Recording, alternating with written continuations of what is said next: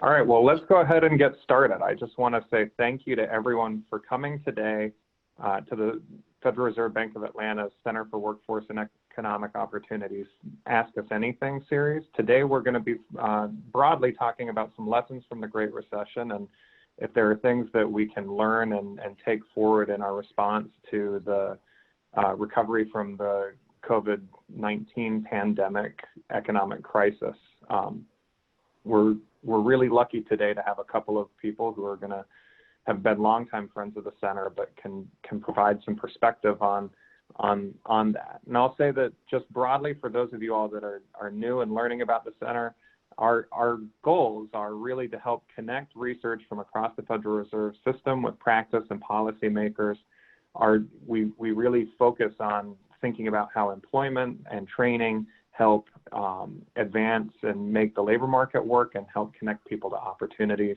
We're particularly interested in helping to create economic mobility and resilience for low-income workers and moderate-income workers. And we want to find ways to help highlight and elevate approaches that help to do that and take that work back to the ways that we also think about the work that the Federal Reserve does. Now, today's an exciting day because we've had a few of these Ask Us Anything series, but today is the first one where we're actually going to be talking about and talking with a couple of authors from a new series that we have in our Workforce Currents publication in a series called Leading Workforce Resurgence. We've gone across the country and to people that we know that have been doing really important work in helping to respond and recover from the economic crisis due to the pandemic. And we're collecting that information, and we hope it can be a collective resource to people as they think about responses to COVID. We're lucky in that we're getting to partner with WorkingNation. Jane Oates is with us today from WorkingNation, and with the Heldrich Center for Workforce Development at Rutgers University. And particularly, we've got Carl Van Horn with us today. Carl's been a long time visiting scholar at the Atlanta Fed and has helped us really kind of stand up and think about how we do work in workforce development and connect it to the Fed's efforts. So over the next couple of months, you'll hear from practitioners, from researchers, from policymakers across the country who have been thinking about how workforce development, education, training, and employment supports help people navigate the challenging economic environment that they are in today. And so now I'm going to turn it over to Sarah just to talk a little bit about the whole Ask Us Anything series and give a little bit of a guide for today. Thanks, Stu, and welcome everyone. Thanks so much for joining us. We're so excited both for the Leading Workforce Resurgence series. I believe we just put a link to the paper that Jane and Carl did in the chat. So please do download that. When we send the information around on this, you'll get a link to that as well. And just a reminder for how we're setting up this conversational series. So we will have calendared topics coming out. We have a couple new ones on the horizon that we'll share with you, but we aim to every 3 to 4 weeks, we'll have a new topic that now can align with the Workforce Resurgence series. We want this to be conversational. So please do consider this a two-way road in terms of thoughts that you want to share, insights that you want to share with us, and of course, questions that we can help to answer. But we really want this to be a stand-in for what would otherwise be an in-person kind of community of practice. So we want to be able to elevate your ideas, your insights, as well as share some of our own with the group around this virtual table. So we may not have all the answers to your questions, but we want to keep this to address everything that we get through here today. So please do share all of your comments, insights, questions. Use the Q&A button at the bottom of your screen to send that through for us. But rest assured, a full recording of this presentation along with the slide deck and a complete kind of readout or digest of the Q&A will be provided to you all within a few business days after this conversation. So if we're not able to get to your question today, we will address it after the fact. So save the date. We have two new sessions on the horizon, which we're very excited about. These are both Wednesdays of their respective weeks. So Wednesday, July 8th at 2 p.m., we're going to be talking about the importance of job quality and recovery. We're excited to have both the Good Jobs Institute and the National Fund for Workforce Solutions join us on that conversation. And then in August, we'll be focusing on racial equity and the future of workforce development and how we can drive towards a truly inclusive economy and recovery. So you can register now for these sessions, and for all future sessions, just keep an eye on the events page that we have for the center. The link is included here and will be provided after the fact as well. But without any further ado, we wanted to get a little bit of insight from you to help to drive the conversation today. So, you know, with the wealth of knowledge between both Carl and Jane, it's helpful for us to get a little bit of a sense of who's on the call with us today. So I'm going to launch a quick poll here, if you wouldn't mind taking just a second and letting us know where you're joining us from today. We know that we have a lot of folks that have registered from all over the country, so just to get a good swath is wonderful for us, but to know who's on the call with us today would be very helpful. So I'm going to let this stay open for just another moment, and I'm going to go ahead and end the poll and share these results here. So good representation, you know, the West and the Northwest. We try to keep these later in the afternoon to accommodate your schedules. But we appreciate you joining us here today. A lot from the Southeast, Mid-Atlantic, Midwest, Northeast, all very well represented. Thank you so much for indulging us with that. And then just one other quick question here. We want to get a good sense of what your position is that you're coming from, what perspective kind of you're bringing to the conversation today. So if you wouldn't mind just letting us know quickly what type of organization you're representing. This certainly helps us as well to understand from policy recommendations perspectives for some other true, you know, practical guidance that we can provide, what focus that you're bringing to the call. So I'm going to leave this open for just another moment and end the poll here and share the results. So lots of state government, educational institutions, business and industry, and a lot of nonprofits. I'm very excited to see some economic development organizations on the call with us today. So thank you so much for joining. That's very helpful, certainly to shape the discussion that we'll have with you all here this afternoon. But without further ado, let me turn this back over to Stu to properly introduce our esteemed guests today and longtime partners of the Fed, Jane and Carl. Stu? Well, I'll keep these introductions relatively short and actually say that these are two people that I feel like I get to learn from a lot. And that's the most important introduction that I can give. They've been people that are generous with advice and guidance on what's happening in the world and how we can think about and really structure programs that help people get back to work and move up and be economically mobile. And so their wealth of knowledge is going to be incredibly important over the next years as we respond to everything that's happened. But I'll just say that we're joined today by Jane Oates, who's the president of WorkingNation and former assistant secretary of the Department of Labor for the Employment and Training Administration. WorkingNation is a nonprofit that helps people understand the future of work and responses that create economic mobility. Carl Van Horn is the founding director of the Heldrich Center for Workforce Development. He's a visiting scholar at the Atlanta Fed and has really kind of coached us and been a mentor for us for the time that I've been at the Fed in building our workforce development programming. So I'm going to turn it over to them. They teamed up and took a look back at the responses that kind of both the federal government, the Federal Reserve, and state and local governments had to the Great Recession, our most recent kind of version of economic crisis, and looked at how it was relevant to today's situation, what worked well, where there were some opportunities for improvement, and what things were just not kind of the same. Some things are very similar and some were not. And so they're going to talk a lot about about that, and they've written a paper. And for those of you all that can see the link in the chat, there's a longer discussion there. But we're gonna turn it over to Jane and Carl, who are going to talk about that. They'll talk for a few minutes, and as you have questions or ideas that come up, please put them in the Q&A. We have a lot of time reserved for discussion with them and you all. So I will just say that it is something where we want to have questions. And so Jane and Carl, to you all, thanks so much for joining us today. Thanks, Stu, and welcome everyone. Thanks for joining. Jane and I flipped a coin, and we decided I would start first.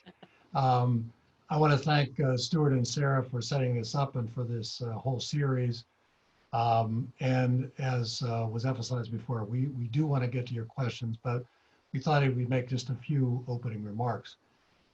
So the idea behind this paper we wrote in this conversation today is, what can we learn from our experiences during the Great Recession? Jane and I were in different spots then. She was leading the federal government Employment and Training Administration response. I was chairing the Economic Development Authority in New Jersey, both of us working with then Governor John Corzine. And of course, we thought then that this was the worst thing that had ever occurred in our lifetime. This was horrific. The unemployment rate was incredibly devastating. And as we crawled our way out of that, which took many, many years, and of course, not everyone recovered from that, I will speak for myself. I thought, I hope I never have to do that again. Well, here we are in a situation that is worse. It is by every measure worse. Now, it is impossible for anyone to say what we're going to look like as an economy and a nation 2 years from now. But it's not too early to try to figure out what did we learn from the Great Recession response that will help us get back to a better economic and equitable position this time around. And I think we did learn some lessons. One of the things that we saw in the beginning of both of these periods was strong bipartisan support for a major federal government response. But in the case of the Great Recession, that fell apart within a couple of years, and Republicans and Democrats no longer agreed on what to go on the way forward. In this response, we've seen a significant bipartisan response from the federal government at the beginning. And now we're in a pause, and we don't know what's going to happen. But clearly, again, speaking for myself, there's a lot more that needs to be done. So one of the things the article does really is summarize that very quickly about what has happened so far, and also what we think might happen next, or what should happen next, if we're going to address what we call some of the unfinished business that really was never completed in the recovery from the last recession. And in particular, many vulnerable populations, minorities, low income, low skilled workers, did not only did they not recover, but they didn't advance in their careers. And this time around, obviously, we need to focus again with all our efforts on making sure that we don't have a repeat of that story. We also need to make sure that we don't take our foot off the pedal, so to speak, too quickly and begin declaring victory. And to some extent, that is what happened the last time around. And we need to make sure it doesn't happen this time, because as I said, it is worse. And on top of that, we have obviously a major health crisis coinciding with the economic crisis and causing the economic crisis. So those are just a few opening remarks. Toss it to Jane for whatever she'd like to add to what I have to say. Jane?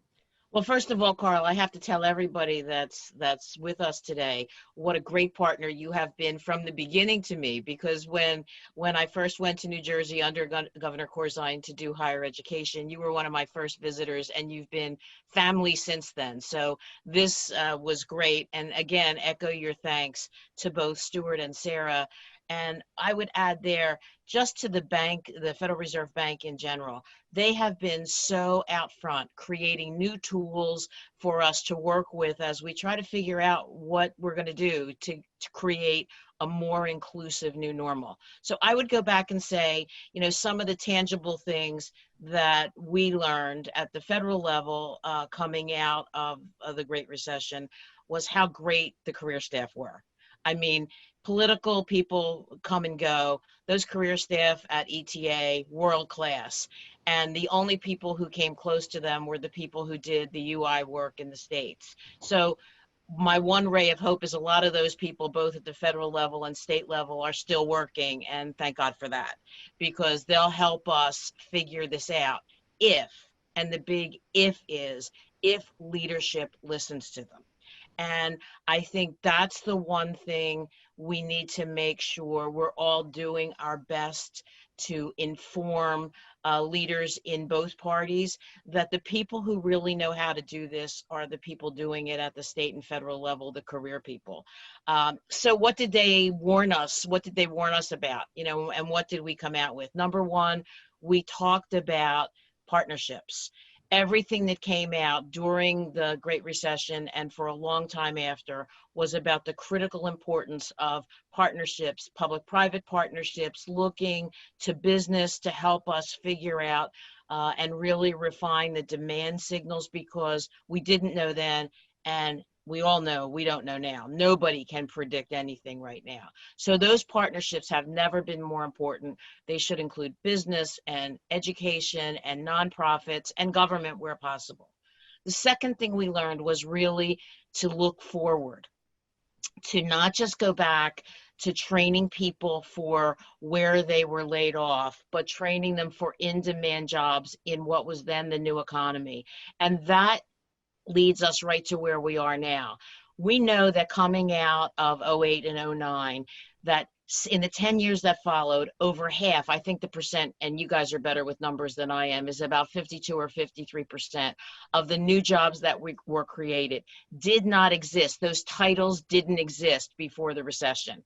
I think we would all predict that we're going to see a lot of that coming out of this crisis. We're going to have new jobs being developed, not only jobs that are growing like contact tracers, but new titles that didn't exist before or we weren't aware of before. So I hope that we really follow that lead and not just train people on how to do what they already did better, but look at real in-demand opportunities and train them moving forward. And lastly, I would say one of the things we didn't do enough of in coming out of the Great Recession, because we were up to our ears in problems just like everybody is now.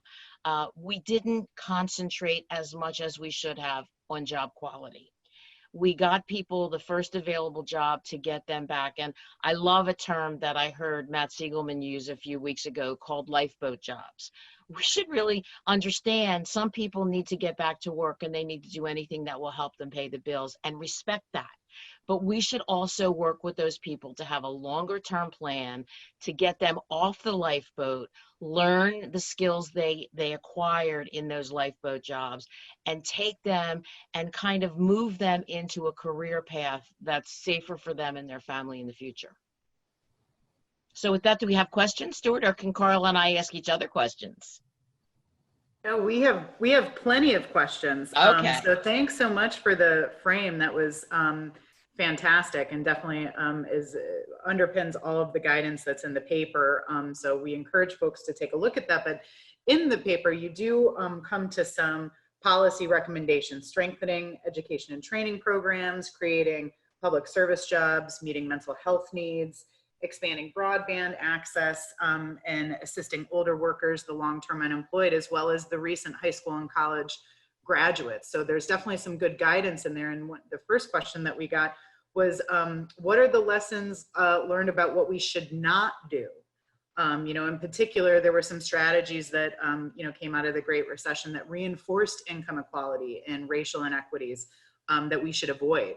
So if you could offer any guidance on what we learned that did not produce the results that we had hoped to see at the Great Recession, that we can keep top of mind moving into to this recovery.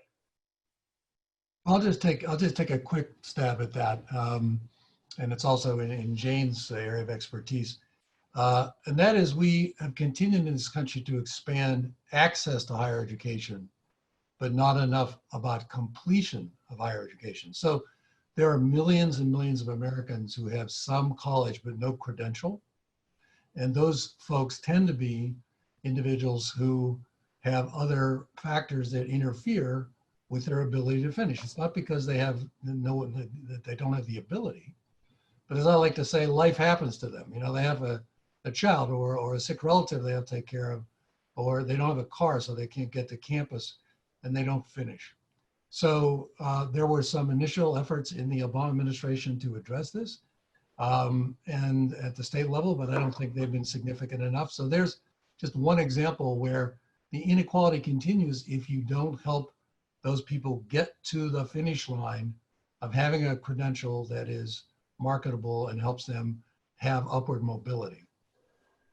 Yeah, I couldn't agree more, Carl. I mean, I think one of the things that if I had a magic wand and could go backward, I would have figured out a way to get Congress to let us treat every dislocated worker like we treated a trade adjustment assistant worker. You know, we could stay with them for 18 months. They could go in longer training. We paid for things like their equipment when they got on a job, you know, whether that was on a construction job to kind of get them the utility belt and the boots they needed, or whether it was a tech job, buying them a real computer that they could use at home. I think that inability to stay with workers, the way that we have forced the workforce development system to place people quickly so that they can get credit for it, you know, in such a short amount of time is a mistake. And we should really look at how we go back to enable them to stay with people as they transition to a new job, to give them the support, especially if it's a sector they don't have experience in, to give them somebody, that job coach, that navigator to come back to and say, I don't quite know how to handle this. Could you help me? I think that would make a huge difference in retention in the workforce. And of course, I ditto everything that Carl said about our ridiculous over-attention on access without looking at retention and completion. So I think anything we can do along those lines as we're coming out of this would be a great benefit for the rest of time. So we've got a question now about unemployment insurance. Jane, you had a lot of experience with that system, and this is really a question for both of you all. So that the CARES Act has fundamentally changed, at least temporarily, the way that the unemployment insurance and compensation system is running across the country, and that there are people that have access to unemployment compensation that never did before through the CARES Act, gig workers and workers that were part-time or didn't have enough tenure. The question that we have is there any chance that the unemployment system will be overhauled to better reflect the 21st century workplace, to incorporate gig workers and workers with non-traditional employment arrangements? And if you think that there is a chance that that happens, what are some principles that policymakers should consider in a new system? So I think, Carl, I'll go first on this one. I think in the short term, the best we can hope for is the continuation after July 31st of those benefits for gig workers and the folks that are only covered under the emergency provisions of the CARE Act. I hope when cooler heads prevail in a year when there's not a presidential election, in a bipartisan way, in a bicameral way, Congress can really look and see, as the economy has shifted, we need to make these changes to the unemployment insurance system permanent. And we need to have the help of lots of researchers telling us what were the lessons we learned during this time, this crisis time, and what are the things that should be incorporated into a permanent change. Yeah, I agree. And I think the only thing I'd add to that is that, I mean, this is one of those boring but extremely important topics, and that is we need to invest in the technology of our unemployment insurance systems around the country. Amen. You know, they are, please be sympathetic with the folks that are manning the phones, or personing the phones, I should say, working their tails off to try to meet this unprecedented demand. In many states, the applications for insurance went up 1,000% within a week. Okay, so this crashed many of these computer systems, and crushed the frontline workers who were trying to do that remotely because they couldn't come into their offices to do the work. So, by the way, this is not a problem we didn't know about.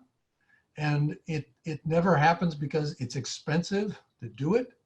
And then we have another crisis and we say, oops, we should have done it 10 years ago. So that's one thing. And also give the support to those frontline workers to help them have the technology. And by the way, it also will help us avoid, as Jane and I pointed out, the fraudulent activities now going on that have diverted billions of dollars into somebody's account in somewhere, right? An offshore, fraud scheme, because the technology system's unsecure. So that's one of the things. And obviously, in addition to addressing the types of varied work that people have today, it is not all I work, I have a temporary layoff, and I come back. After all, this was designed in 1935.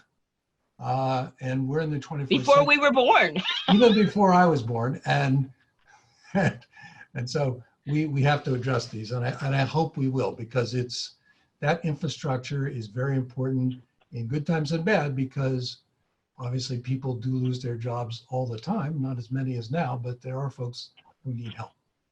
Carl, that's such a good point, because anybody that's on the call here knows that people cross state lines to work. There's all kinds of people who are working remotely for an employer, on the West Coast, and they live on the East Coast. There's so many complications in these UI applications now, and most of them are programming with some iteration of COBOL. I mean, that's insane. There's nothing wrong with that. I don't know how to do it. I'm glad somebody does. But you think about that. I mean, it doesn't have the interoperability capabilities that more modern technology does, more the software packages. So you are so right. We need to invest in that now, so we don't wait for the next crisis to sit around and complain about it.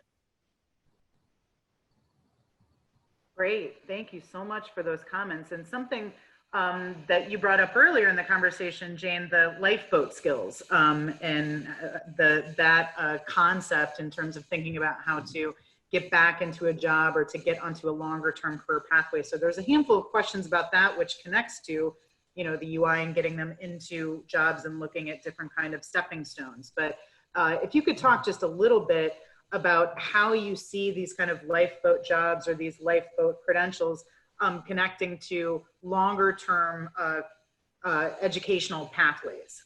So do you feel that non-degree types of credentials, short-term certificates and certifications could be used as a bridge for folks to get initially into jobs and then connect them to the more viable credential pathways? And then kind of associated with that, but also separate from it as it relates to lifeboats, just the role of technology in kind of facilitating that. So the breakdown in technology in the unemployment system, I think, kind of teed up a little bit of that, and what role we see technology playing in advancing credentials, market signaling, lifeboat skill attainment.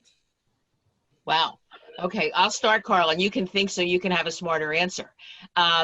Look, I think, again, giving Matt Siegelman from Burning Glass the credit for thinking about this lifeboat analogy, because I think it's a terrific one. Most of us have the privilege of being able to take time to study. We did in the past, and we do now if we have to. We have to remember that most people don't have that privilege. They have kids, they have bills, they have to get back to work. And for many of them equally, work is such a part of who they are that dignity of work means they can't sit home and study online, or they can't go to a campus. They want to go to work. So I respect that, and whatever the reasons are. So what's the quickest way we can get them back into a job? Hence the lifeboat analogy. But where the technology really comes in, Sarah, is how do we better crosswalk both the skills that they had before they jumped on the lifeboat job, plus the skills that they're learning in that lifeboat job, to really customize a path for them on what they need to do in addition to that to get to their aspirational job. During the Great Recession, career folks at ETA developed My Next Move, My Skills, My Future, My Next Move for veterans, really wonderful tools. In 2009, and they did it quickly, and it was really a way for you to look at what you were good at and what you liked and what skills you had and what jobs required those skills and had those opportunities for you to pursue behavior that you liked. You know, do you like being with people, or do you like sitting in front of a screen alone? But boy, the world has just transformed completely since 2009, and many technologies have taken that idea and really moved it along so much better. I would point out again, the Burning Glass people did something, I think, with Citi called Worthy with an I, that kind of looks at this in a much more skills-based and looking at jobs in that skills-based frame. I would encourage people to take a look at it. And their MC has done some wonderful work on this. I think there's lots of stuff going on out there that people should look at, because what you have to decide is what's the technology that you're most comfortable with as a provider, a navigator, a coach, and then what technology best suits the client that you're serving, because it's not a one-size-fits-all, both in terms of complexity and in terms of vocabulary, and quite frankly, in terms of the jobs they're discussing. They may not fit your geographic area, but I think there's so many tools out there that people should really be looking at to make themselves kind of supercharged in order to make these transitions with folks. If I could just add a couple points, I agree with Jane. I think that the other point I'd make here is that quality of the education and training is extremely important. One of the lessons from the Great Recession is actually there was a lot of what I would call overconsumption of not very good training, right? Because people are desperate to move up and ambitious, and often they grab not a lifeboat, but maybe it's a life raft that sinks. You know, they get the wrong credential, and then what they've got is a worthless credential, which they spend a lot of time on, and then it doesn't actually relate to a job. So what that means is we need to have referees in the process, and that is trusted sources, often government agencies who are investing their resources in these. We need to rely upon them to be the referees, to say, hey, this delivers a good return on investment, this program, that one doesn't. If it doesn't, we're not going to give it any money. And also give full transparency to individuals and make sure it gets to them so that when they're thinking about investing their time, and maybe some third party paying for it, but it's their time, that at the end of the day, they have a pretty good chance it's going to pay off. And I think that's something we have a better capacity to do now than we did before. There's a lot more information out there. And so I think that's another issue, which I hope we don't repeat that same mistake of people getting a lot of essentially worthless credentials that don't relate to what a business is interested in or a nonprofit, and hence they're further put back in a sense, maybe even go into debt and not have something to show for it. Yeah, I think, Carl, that's so good. I want to stop here for a second because I want to play with you for a minute on something. You know, you and I both feel very strongly about labor market information. I think, speaking for both of us, we don't think there should be any training that's not looking at current labor market information, future predictions, you know, that whole idea of, you know, you don't train somebody just because you have a good training program that you created in 1950. You know, that whole thing has, those programs, all of our programs for training have to be re-examined regularly to make sure they're still meeting the needs of businesses and getting people into good jobs. But right now, I have never seen such confusion in the job signaling, what the employers are signaling. I mean, you hear people say, well, I worked in retail, so I guess I'm done. I mean, I don't believe that retail is finished. I believe that retail is going through a transformation, and we have to be ready for that. I don't believe that, you know, dine-in restaurants are finished. You know, I think we're going to figure out ways to adapt and go on, but people that have been furloughed and not called back yet from those sectors and others are really getting mixed signals. They read a crazy article that says, you know, manufacturing is dead. That's what we saw in the last recession, right? Notice it didn't die. but it's certainly moved from manufacturing to advanced manufacturing. So what do you think about, what advice could we give people about watching those signals and not being discouraged?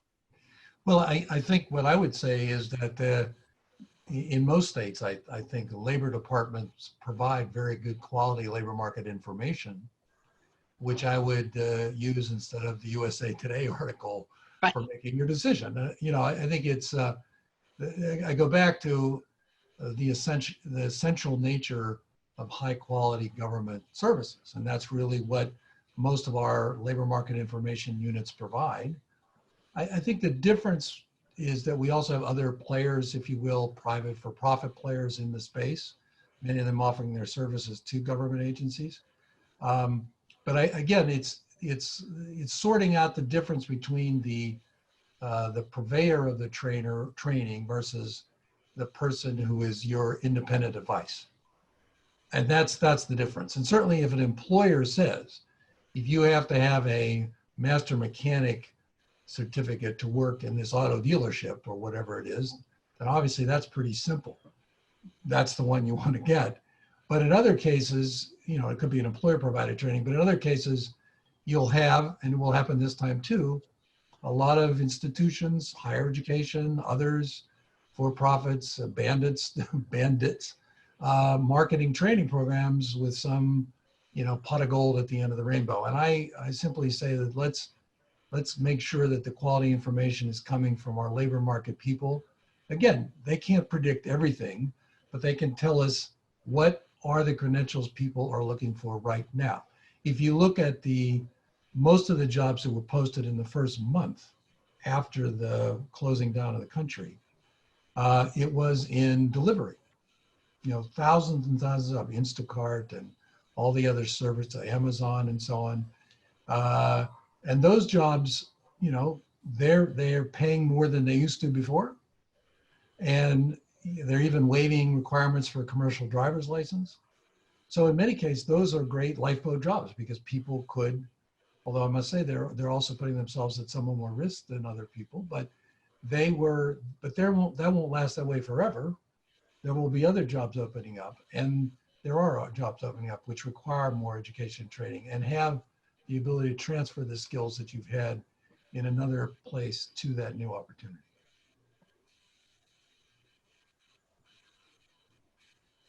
So I want to jump in with a couple questions that actually point back to the Great Recession that we've gotten.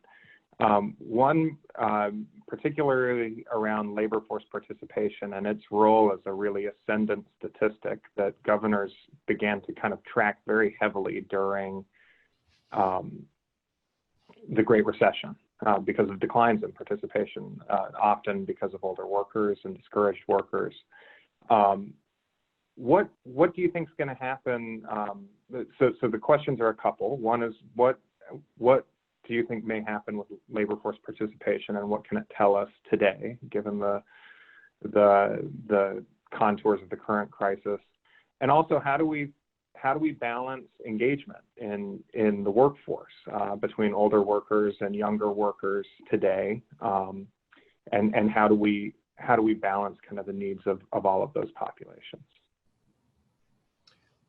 Well, I'll take a shot at the labor force participation issue. I mean, this is very important because if people drop out of the labor market, they're not counted in that unemployment number, right? So that's why we often say that's a misleading indicator.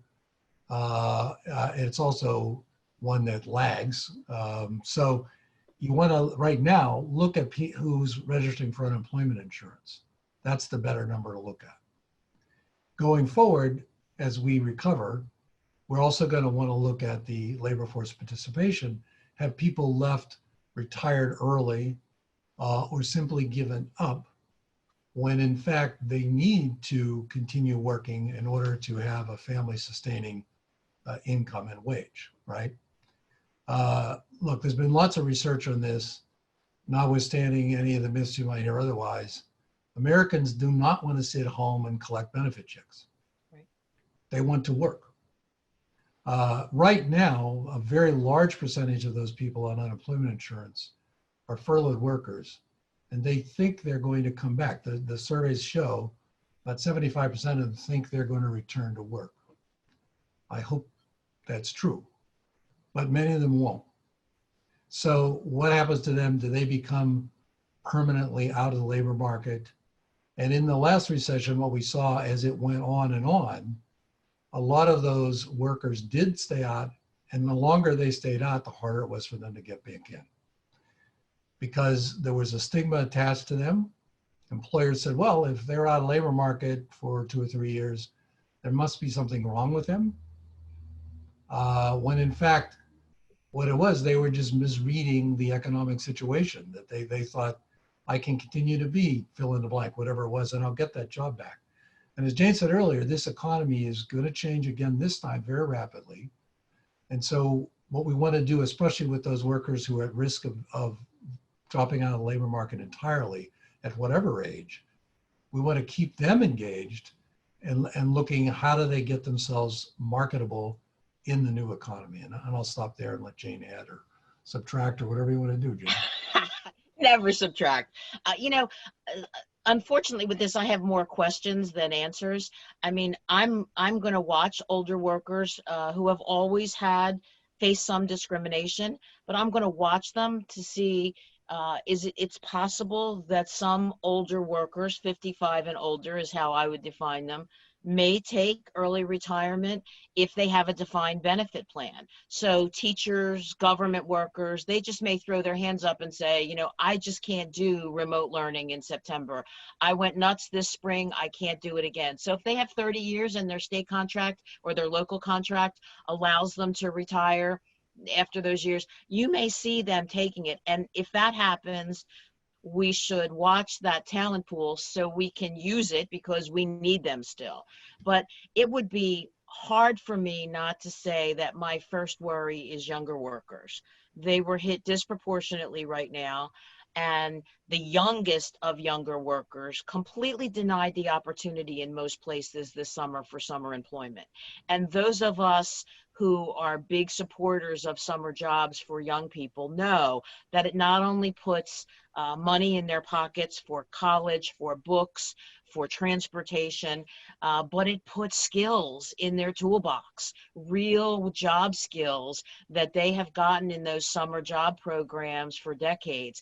And I know cities have no choice, but not to offer those programs. Some cities are doing some remote stuff, but I would hope that when these young people go back to high school or college, and I believe they will go back to college in September, that the educational institutions are looking for ways to make sure they can get those work skills. They're looking at new ways to build in work-based learning, whether it's paid internships or whether it's just job-related activities in classes across the spectrum, because we're going to pay for this. We're going to pay for these young people not being able to get these jobs this summer, and we need to find a way to mitigate the risk of this on their longer-term workforce participation and success.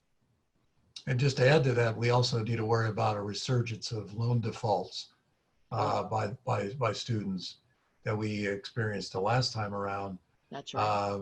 And again, the longer this goes on, the less their ability to get a job to begin to pay back those loans and so on. And that's why, again, on Congress's agenda as well, in my humble opinion, they need to be thinking about how we help those students who are challenged economically, so that they don't become folks who've defaulted and unable to often get another job because they have that on their record. Mm-hmm. Great. A couple of pieces that were batted about in that discussion that I just wanted to pull through here because it connects to the next question. I really love what you said, Jane, about the lack of these youth employment programs for these students to build skills and for the youth to be able to build those skills. I think that's a key component that connects to the ability to get older workers back into the workforce or transition them, because you're valuing the skill and not necessarily the occupation, looking at the skills and the competencies within that experience and how it connects to the next opportunity, and really looking at these market signals. Those were a couple of other questions that came through. How do we even begin to prepare folks for jobs that we don't know exist yet, and we don't understand the skills that are going to be needed? So, you know, I love that you said you have to be able to live in the fray a little bit with that and work with these labor market information experts and your employers to provide that effective signaling, so we're not promoting education and training that doesn't necessarily result in the right type of job or the right type of career pathway. So I just wanted to pull those themes out because they've connected to a handful of other questions that we've received as well.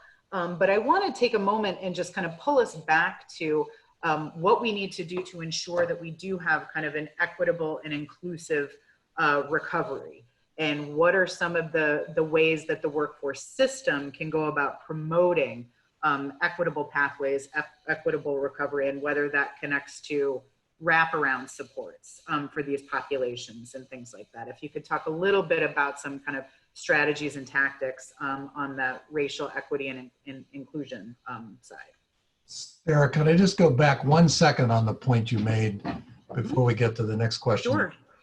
And that is, Jane and I are both huge fans of employer-based training programs and providing, you know, when necessary, especially to small businesses, some subsidies to help them afford the training of onboarding employees, right?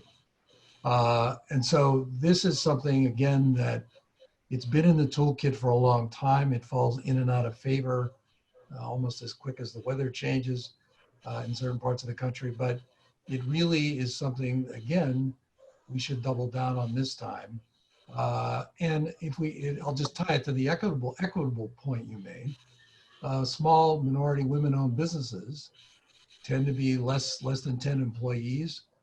They can't afford often to train their workforce. Let's help them. Let's help them train up their onboarding their employees to make them effective in whatever field they're in. And they're in the complete range of fields in the United States, of manufacturing to tech to personal services and so on. You know, let's help those small businesses, those women minority-owned businesses, who will provide economic opportunity for people in their communities.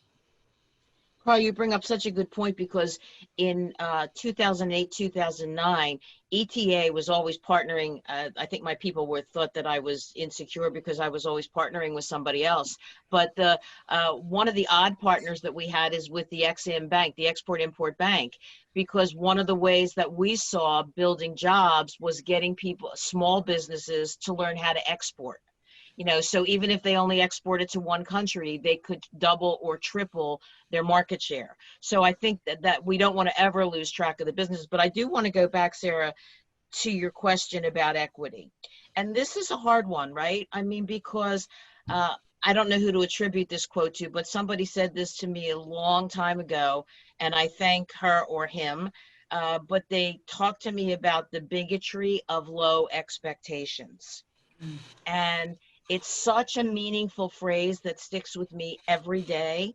And how do I mean that? If somebody was laid off from a job at a local restaurant, our first inclination is to show them jobs at another restaurant at the same pay they got when they worked before.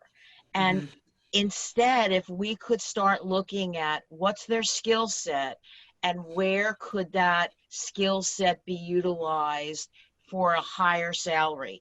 And you're right, we don't know about what jobs are going to be there, but we do know certain things. Digital literacy is critical.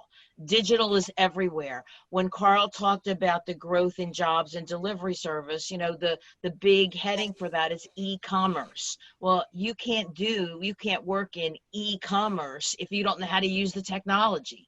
So we should make sure that everybody who passes through our door could pass whatever we gave as a digital fitness assessment, a digital literacy fluency test.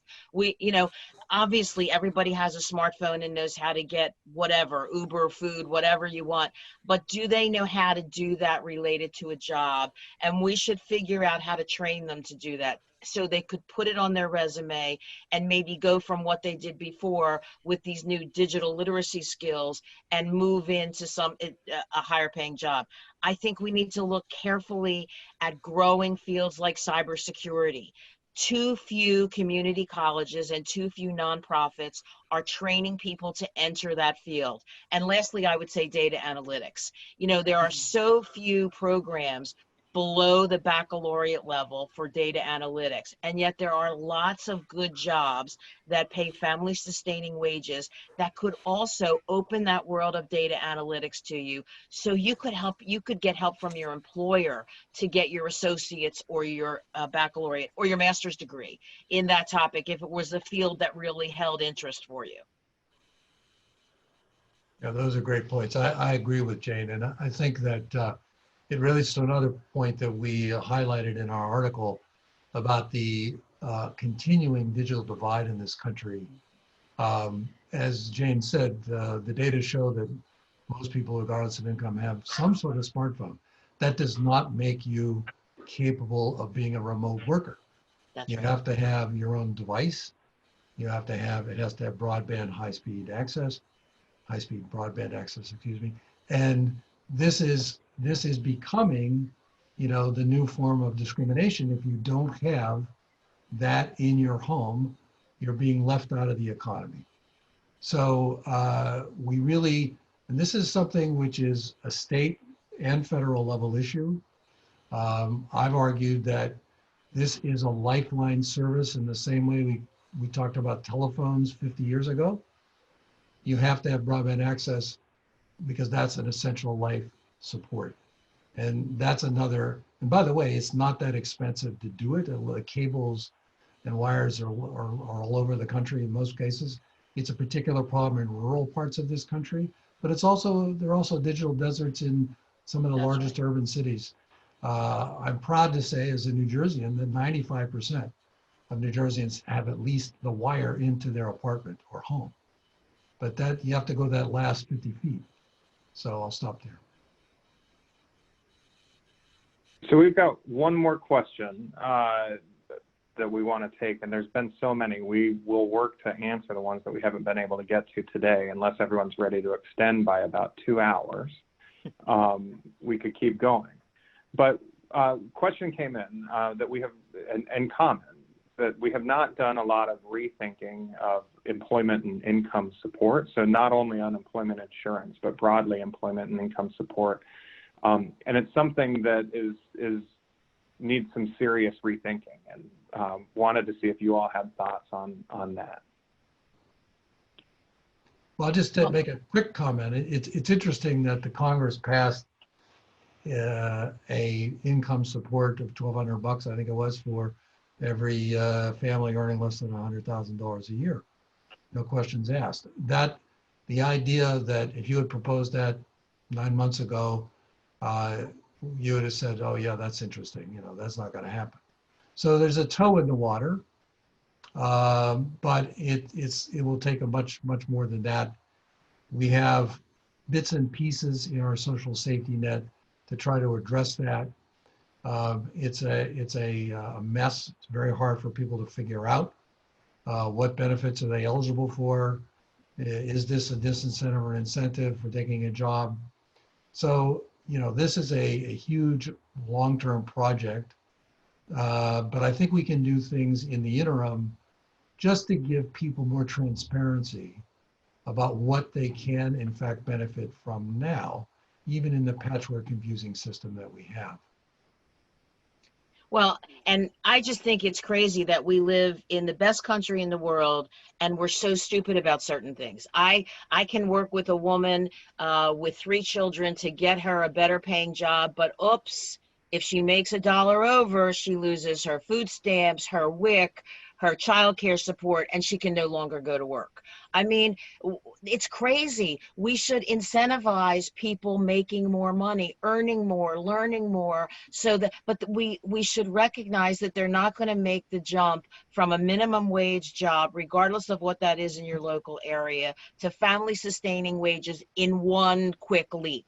They're going to need those support systems, the subsidies that they got to keep them able to make that progress. It's in, you know, first we saw it with the disability community when so many people with serious disabilities couldn't take that job because they'd lose their Medicaid. Isn't that insanity? I mean, we need to examine these principles, get brave elected officials who are willing to take them on and change them.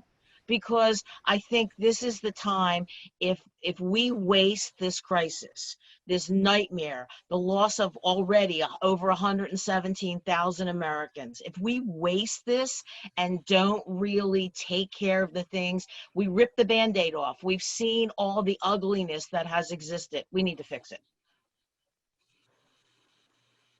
Well, thank you so much. That were powerful words, Jane, and I think that gives us a lot to think about here. And Carl, I didn't want to cut you off if you had something else to add. No, I just gave an amen to Jane's statement. Absolutely. We're so used to this. Amen, Carl. Well, rest assured, you know, you have a lot of support on the call to think critically about what the system can do, how we can push on these conversations at the federal, state, and local levels.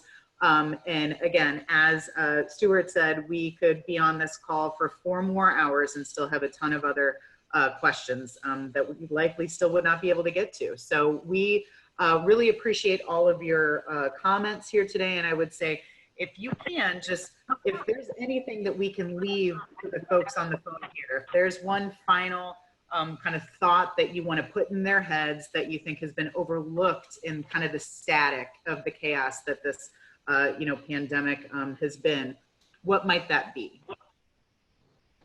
Well, I would just make one point, and that is I think that we need to commit to the recovery from this terrible crisis is not a recovery to the way things were before, but to a better economic situation for all Americans, free of racism and economic opportunity for everyone. And I think that's to me, the guiding light, not to go back to what we had before, but to rethink the kind of country we want to have for everybody.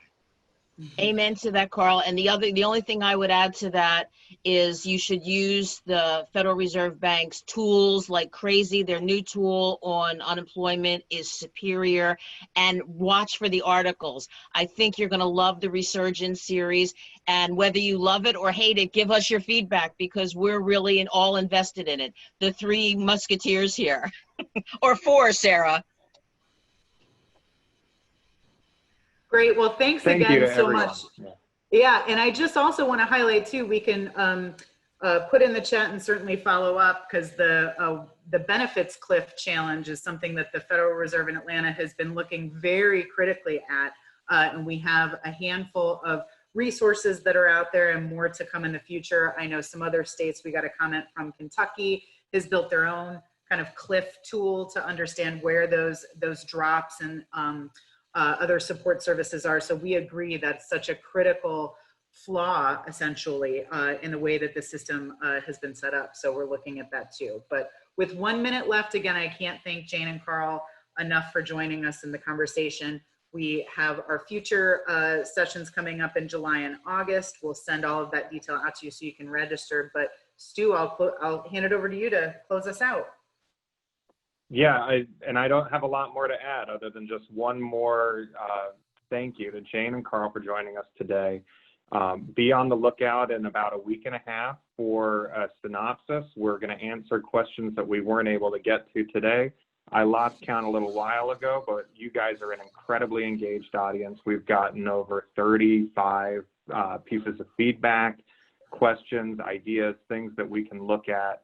And it's the work that you all do that keeps us up and helps us do things. So we're going to take that. We're going to answer everything that we can. We're going to take the feedback that we got and help us set what we work on in the future.